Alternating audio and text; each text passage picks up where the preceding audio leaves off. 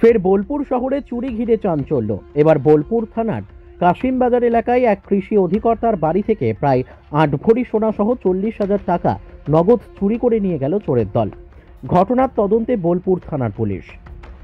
বোলপুর শহরে পরপর দুটি স্কুলে চুরি হবার পরেই এবার বোলপুরে কাশিমবাজার এলাকায় কৃষি কর্মকর্তা উৎপল পাল নামে এক ব্যক্তির বাড়ি থেকে গতকাল গভীর রাতে চোরের দল বাড়ির পরপর ৩টি দরজার তালা ভেঙে ভেতরে প্রবেশ করে। আলমারি থেকে প্রায় ৮ ভরি সোনা ও নগদ ৪০,০০০ টাকা নিয়ে চম্পট দেয় বলে অভিযোগ। উৎপলবাবুর বাবা মারা গিয়েছেন গত ২৮শে জানুয়ারি। তারপর তিনি কাশিমবাজার ছেড়ে তার গ্রামের বাড়ি নলহাটিতে চলে যান। ফোনে খবর পান পার্শ্ববর্তী বাড়ি থেকে যে তাদের বাড়িতে চুরি হয়েছে। এরপর তিনি আজকে সকালে আসেন এবং এই কর্মকাণ্ড দেখে হতবাক হয়ে পড়েন। ইতিমধ্যেই ঘটনার তদন্ত শুরু করেছে বোলপুর থানার পুলিশ। কাজী আমিরুল ইসলামের রিপোর্ট, এস নিউজ বাংলা। হ্যাঁ, কি হয়েছে? আমি কৃষি দপ্তরের একজন কর্মী। গত ২৮ তারিখ আমার বাবা মারা যায়।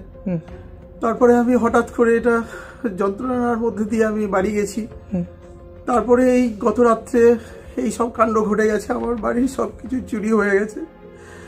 আমার এই তালা ভেঙে একজনকে দেখতে দিয়ে গেছিলাম, সেও পাশে ছিল, পাশের পাঁচিলের পাশে ছিল, কিন্তু সেও কিছু বুঝতে পারেনি।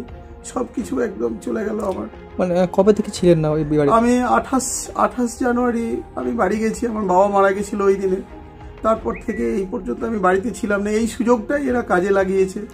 কবে দেখলেন এসে যে এরকম অবস্থা? এটা আমি আজকে এসে দেখছি এই অবস্থা। সকালেই আমাকে ফোন করেছিল যে এইরকম চুরি হয়ে গেছে, তালা ভেঙে, দরজা ভেঙে, আলমারি ভেঙে, যা কিছু সব লন্ডভন্ড করে দিয়ে সোনার জিনিস, টাকা পয়সা যা ছিল।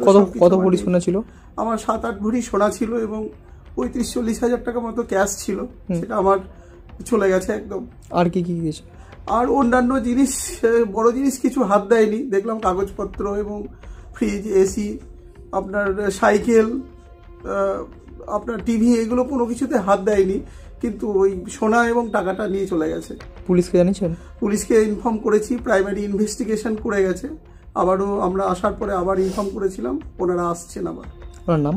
আমার নাম উৎপল পাল, আমি কৃষি দপ্তরের একজন কর্মচারী।